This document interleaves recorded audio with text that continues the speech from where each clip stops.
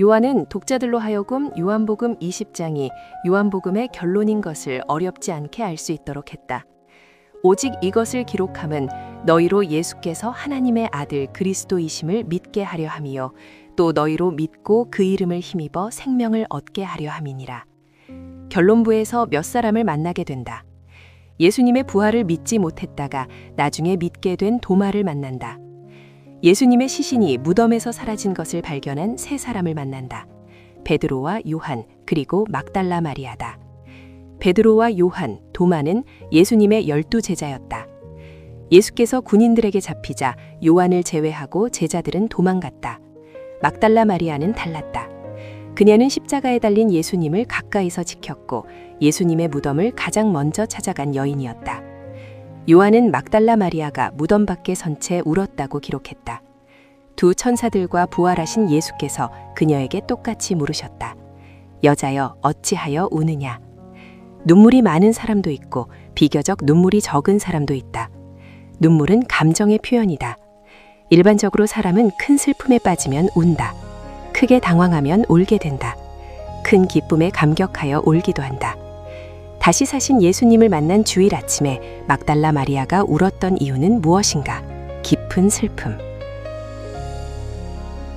사복음서를 통해 막달라 마리아에 대해 알 수 있다. 복음서에서만 마리아란 이름을 가진 여인이 5명이나 된다. 막달라는 지명이다. 갈릴리 호수 서쪽에 위치했던 작은 마을이었다. 이름 앞에 지명을 붙인 것은 다른 마리아와 구분하기 위해서다. 막달라 마리아가 예수님의 부활을 처음 목격했음을 강조하기 위해서다. 예수님의 부활에 있어서 그녀는 매우 중요한 증인이었다. 막달라 마리아는 예수님을 하나님의 아들로 믿자마자 사랑했던 여인이다. 한때 몹시 힘든 인생을 살았다. 영적, 정신적으로 매우 심각하게 병든 상태였다. 7 귀신에 붙들려 고생했다. 예수께서 갈릴리 호수를 중심으로 사역하실 때 귀신을 쫓아주셨고 그녀는 회복되었다. 예수 그리스도를 만난 후 그분을 하나님의 아들로 사랑하고 섬겼다.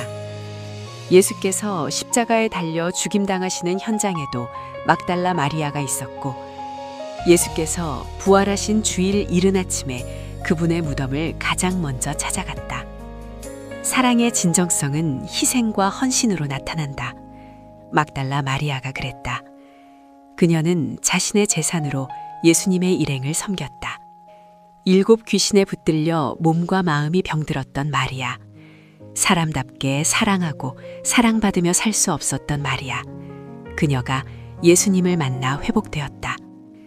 예수님의 사역을 위해 소유를 내어드렸다. 사랑하기 때문에 헌신했다. 그녀의 사랑과 헌신이 컸던 만큼 사람들의 오해도 크다.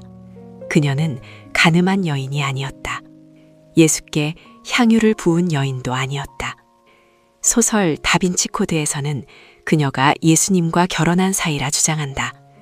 성경적 근거가 전혀 없는 내용이다. 막달라 마리아는 예수님을 만난 후 놀랍게 변화되었고 예수님을 사랑했고 헌신했다.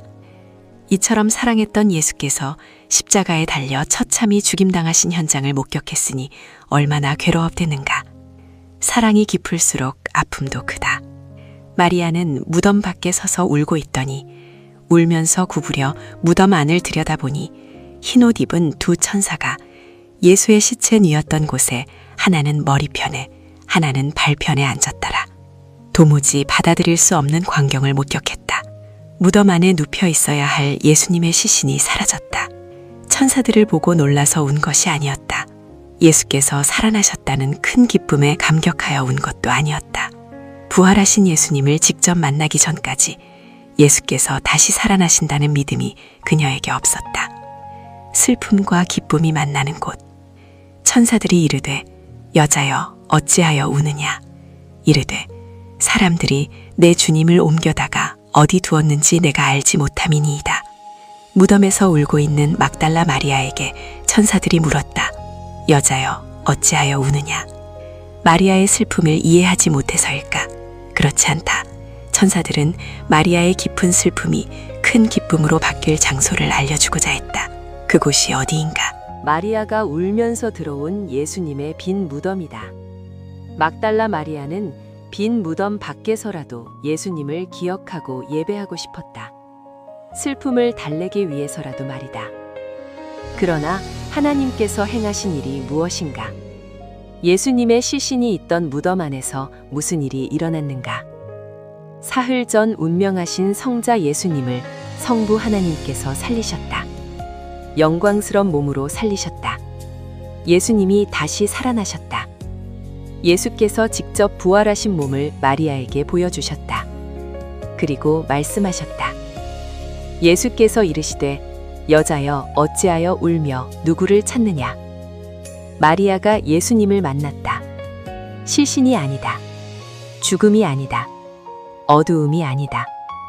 예수님의 빈 무덤은 마리아의 슬픔이 기쁨으로 바뀐 현장이 되었다. 막달라 마리아가 가서 제자들에게 내가 주를 보았다 하고 또 주께서 자기에게 이렇게 말씀하셨다 이르니라.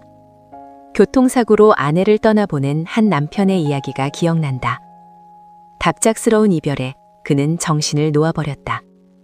슬픔에 빠져 술에 의지하여 살아가던 어느 날 어린 아들을 생각했다. 아들을 키우기 위해서라도 정신을 차려야 했다. 그동안 간직했던 아내가 남긴 물건을 정리하다가 화장대 서랍 안에서 조그마한 빗을 발견했다. 빗에 아내의 머리카락 몇 올이 감겨 있었다. 그는 빗을 가슴에 품고 눈물을 흘리며 다짐했다. 다시 힘을 내어 아들을 잘 키울게. 언젠가 당신을 볼 때까지 부끄럽지 않게 살 거야. 이별은 슬픔을 남긴다. 하지만 슬픔만 남는 것은 아니다. 사랑했기 때문에, 헌신했기 때문에 오래도록 간직하고 싶은 기억도 남는다. 깊은 슬픔을 겪고 열정과 활력을 잃은 이여, 사랑하는 사람을 잃은 상실로 아파하는 이여, 부활하여 하늘에 오르신 예수 그리스도를 주목하기 바란다. 예수께서 다시 오시는 날에 성도의 무덤은 빈 무덤이 될 것이다.